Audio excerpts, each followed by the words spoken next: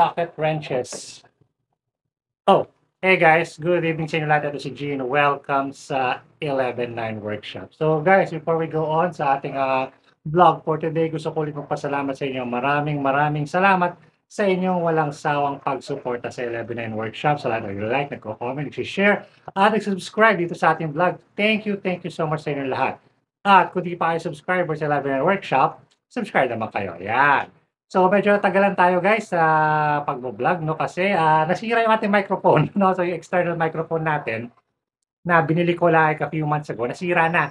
And that's not even a good microphone kasi medyo cheap na microphone lang 'yon. So, bumili na ako ng medyo ano, na medyo maganda-gandang quality. Boya na yung binili ko 'no, yung one of the best na microphone in the, affordable na microphone in the market 'no. So yun ang binili natin and hopefully mas maganda at mas malinaw yung mic nito than the other microphone, no? Ayun. So, for today guys, ang pag-uusapan natin ngayon guys is, one of the most common na tool or set of tools sa isang, bahay o sa isang workshop 'no guys. Ang tool na ito is hindi naman madalas gamitin ng mga woodworkers, pero madalas ito sa mga mekaniko at sa mga DIYers 'no. At yan ang tinatawag natin na mga socket wrenches. So, pag-usapan natin yung mga socket wrenches na yan, 'di ba? I think meron na akong vlog tungkol sa mga wrenches, overall na mga wrenches, box wrenches, yan, socket wrenches, adjustable wrenches nung dati pa matagal na, a few years ago. Pero ngayon, let's talk about specific socket wrenches. So, ano ba yung mga socket wrenches? Of course, ang mga socket wrenches, guys, gumagamit yan ng mga sockets like this one. So, ito yung tinatawag natin ng mga socket sets. So, itong mga socket sets na to, ibinabala natin sa mga wrenches like this one. So, ratcheting na wrenches like this. So, you put it there and then you can gamitin na siya sa pagtanggal o pagkabit ng mga bolts. So, usually ginagamit ito sa mga malalaking bolts, lug nuts, and all that, no? So, paano ba? Ano ba yung kailangan natin piliin, no, pagdating sa mga socket wrenches? O ano ba yung mga standards natin kailangan na sundin pag tayo bibili ng socket wrenches? Halimbawa, first time nyo, okay?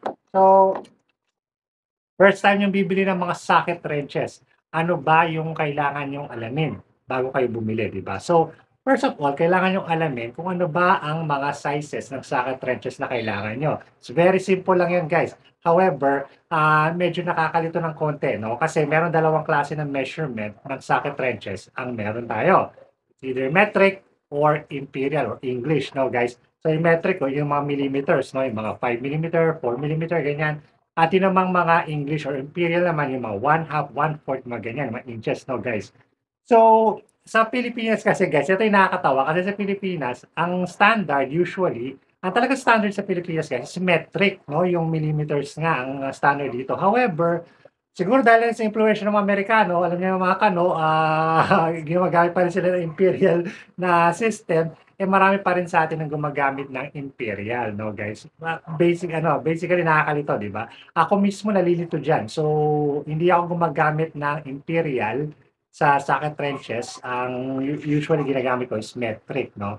Pero mas maganda kung meron ka both metric and imperial. Bakit? Kasi hindi rin natin sure yung mga bolts or yung mga tornilyo ay metric or imperial kasi nga walang standardized sa Pilipinas, no? So, minsan makakatiyempo ka ng bolt na 'pag inano mo yung socket wrench mo hindi kasya kasi imperial o kaya metric, 'di ba? Tapos yung ano mo kabaliktaran naman. So, 'di ba, you get the picture, 'di ba? So, kailangan, alamin mo muna kung ano talaga yung mga kailangan mo. I think ang pinaka-safe bet is metric kasi mas marami ang bolt dito na metric, no?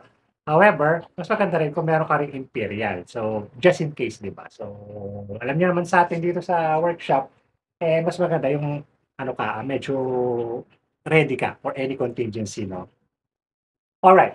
So, yun na, napili mo na yung size, no? So, you want ang ano, ang gusto mo is, metric na socket wrenches. Now, usually kapag bibili ka ng socket wrenches, ang bibilhin talaga diyan is set, 'no? Is set lagi. So, meron na siyang kasamang ratchet like this one at yung mga sockets like this. So, yung iba mas gusto na bumili ng isa-isa. So, yung iba binibili nila na ihiwalay yung socket hiwalay yung ratchet at hiwalay rin yung socket. And that's okay lang yan, guys. That's fine, no? Ako ito, iba yung sockets ko. These are really good quality sockets. At iba rin yung Rocky Ratchet na brand, no? Okay lang yan. Basta magkakasya, okay lang yan. No problem with that. Pero kung ako sa inyo, kung bibili kayo, just buy one whole set na. Isang set na nung inyong ano. Now, ano ba yung mga pag-usapan natin naman yung mga ratchet like this one, no? So, ano ba yung mga ratchet na size ng mga ratchet? So, tatlong size yung pinaka-common dito sa atin, no? Ang pinakamalaki na pinaka-common is yung 1/2. So, this is 1/2 inch. So, 1/2 inch yung kanyang kabitan dito. So, it will handle 1/2 na sockets. So, this is an example ng 1/2 na socket wrench. So, ito yung mga malalaki na socket wrench talaga. 1/2 yung kanyang ano dito, kabitan dito. And that would fit this one. Beautiful. Yan, sakto-sakto. Oh. So, 1/2 socket wrench. Ito yung pinakamalaki, guys. Pero, ang pinaka-common actually dito sa atin is yung tinatawag natin na 3/8, no? This is the most common. In fact, yung 1/2 ko is konti lang. Yung socket ko na 1/2 ay konti lang. Mas marami akong 3/8. So, lahat to 3/8, guys. So, 3/8, 3/8, no? So, kasi mas common talaga yung 3/8. It's smaller, it's more compact, and it's easier to, mas mura, no? Mas mura yung mga 3/8 na socket wrenches. Yung pinakamaliit naman, guys, ay ito. This is the 1/4. So, ito yung pinakamaliit na type na socket wrenches, and that is used for those small na sockets like this one. So, yung mga pang delicate work like this one, ayan, yung napakaliit, napaka-cute na mga sockets na ganyan. You can use those in here, no? So, yun yung mga sizes. Now, what would I recommend kung bibili tayo ng mga socket na, ay, mga ratchet na ganyan, no, na hiwalay, di ba? I would recommend, guys, na kung bibili kayo na, ang bilhin nyo, yung pinakamalaki, yung 1/2. Bakit 1/2? Kasi, pwede ka naman gumamit ng converters like this one. This is a converter na kapag kinabit mo dyan sa kanya, kasya na sa kanya ang mga 3/8, no? So, teka lang, kuha ko ng 3/8 dito. Ito, 3/8 na socket to. Magkakasya na sa kanya yan. Ayan, no? Tapos, pwede mo pa rin siyang bilan na isa pang converter na pwede naman sa 1/4. Ayan. So, all in one. So, tipid na. So, ito, 1/2 kasya rin sa, ano, kasya sa 3/8 at kasya rin sa 1/4. Basta meron ka ng mga converters, no, guys?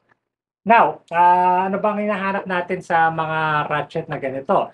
Well, ang gusto ko sa ratchet like this one, naka-recess yung handle. That means nakaangat ng konti yung handle.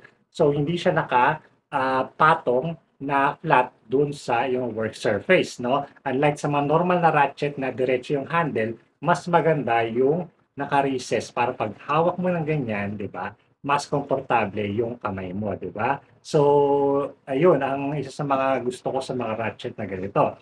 And ano ba pipiliin natin na brands, no? Well, depende sa inyo yan. Kung gusto niyo ng medyo high quality, talaga gastos kayo ng medyo mahal, no?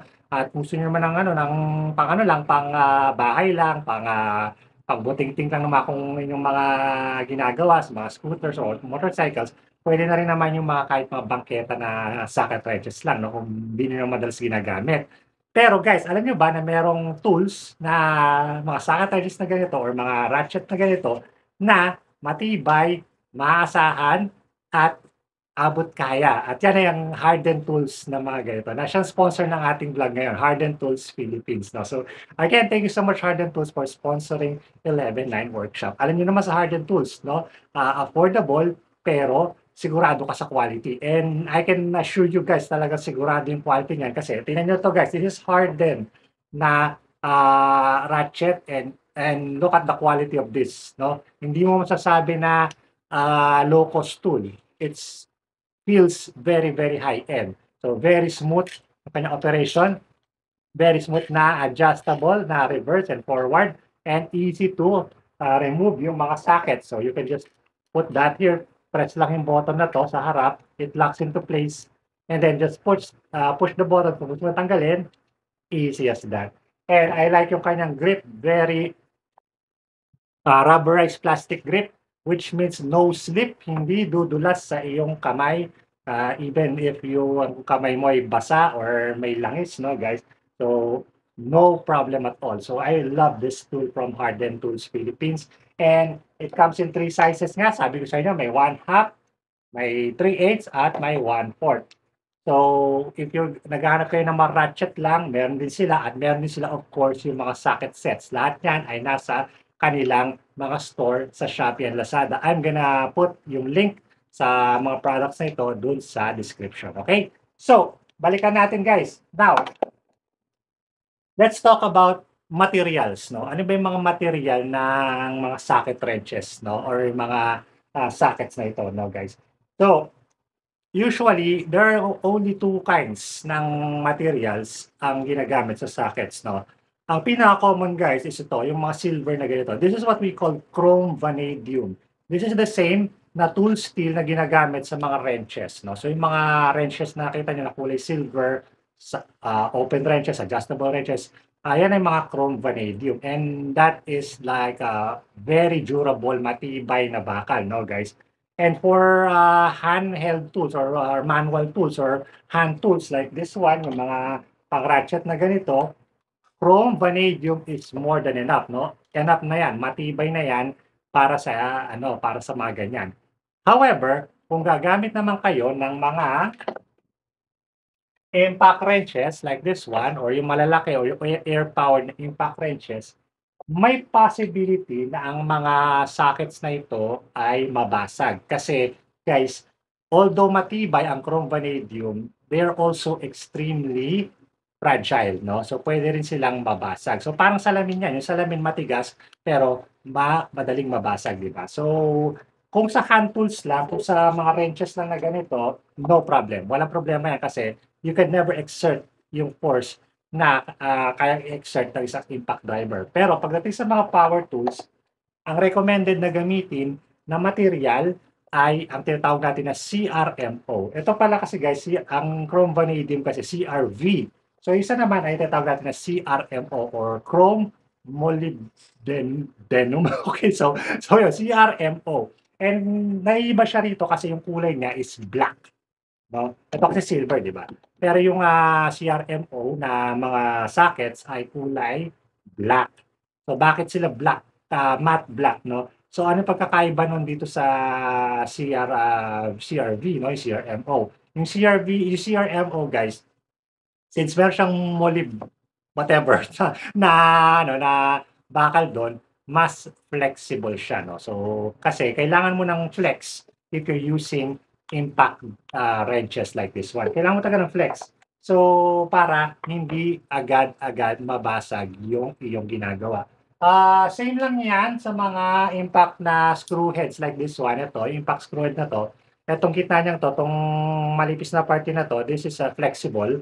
So hindi agad-agad mabubungi yung screw head kasi yung impact force ay nakokontrol niya dito, no? So yun, kaya yung CRMO o yung mga black na sockets ay mas maganda para sa mga power tools like air na impact wrenches or impact wrenches in particular for the impact wrenches, no, guys. So yun yung mga magandang gamitin para doon. Meron din yata yung hardened tools, no, na CRMO na na mga sockets. And I think I would advise na kung meron kayong talyer, no, shop, no, it's better to invest na lang sa CRMO kasi yung mga CRMO naman pwede mo rin gamitin sa mga hand tools, no. So 2-in-1 'yun. Pwede mong gamitin dito, pwede mong gamitin sa power tools.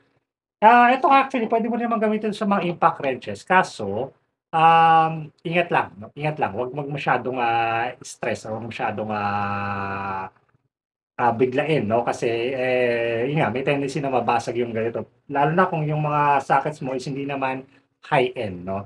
So, and another thing guys, ito may dalawang klase din tayong sockets dito. Ito yung mga shallow sockets, no. Shallow siya kasi maikli lang siya at meron naman tayong mga deep sockets like this one. Ito yung mga paborito kong gamitin. Ito, mahahaba, malalalim. Kasi parang dating sa mga mahabang bolts, no, halimbawa nakabaon yung ulo ng bolt sa loob nung somewhere na madali siyang makukuha when you're using long na ganito, no. So, I think you should find something like this. This is very good set, yung mga mahaba na ganito. Kung wala namang gano'n, puwede naman kayo gumamit ng mga extensions like this one, ayan. May mga extensions tayo na nabibili na puwede mo ikabit sa iyong mga socket, sa mga ratchets, para sa mga hard to reach areas 'no, sa loob ng iyong So yun guys, yun lang yung ano natin, pag-usapan natin. So balikan lang natin, if I could recommend, ng isang, socket wrench or, na ratchet na ganito, get 1/2 pero kumuha kayo ng mga converters for 3/8 and, 1/4. And make sure na yung materials niyo it's, chrome, vanadium, good quality 'no, matibay, 'di ba? So okey na okey 'yan. Basta chrome, 'di ba? Ang chrome kasi hindi rin kinakalawang, 'no? So may protection siya sa kalawang. So maganda 'yon. Tapos guys, yun lang. So yun lang yung tandaan niyo dapat, and of course, if you're going to invest talaga sa tools, kailangan talaga yung mag-invest kayo sa matibay na para magamit niyo ng matagalan, 'di ba? Ayun. So ayun guys, thank you so much sa inyong panonood sa ating vlog ngayon 'no. I hope that may natutunan kayo, nag-enjoy kayo. Yung mga naiinis kasi lagi akong nagsasalita, wala tayong magagawa diyan, 'yan ang vlog natin guys 'no. So again, thank you so much Harden Tools Philippines for, sponsoring 11 9 Workshop. So, thank you so much sa pagbili niyo. Napakaganda niyo na mga ratchet na ito. I really like this. So, inaayos ko na 'to para mailagay ko sa aking tool wall. Ayun. So, I'm gonna see you guys again next time. This is Jun from 11 9 Workshop. Adios.